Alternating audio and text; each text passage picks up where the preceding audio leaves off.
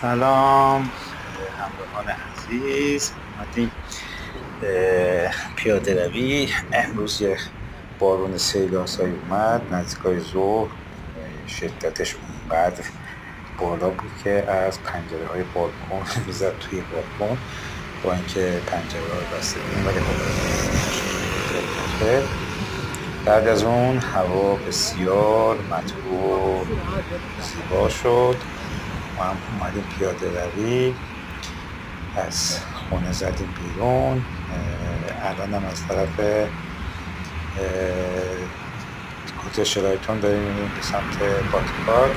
نزدیک باتری پارک هستیم، هم تلفیک های باتری پارک هست.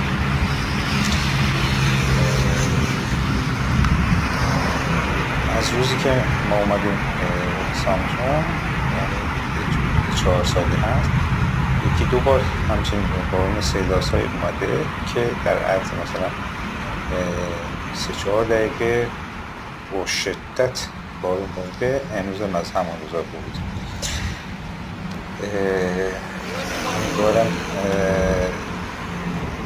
هر جای که هستی موفق باشید. یه روزی تصمیم بگیرید برای گردش شهر سامسون هم انتخاب کنید.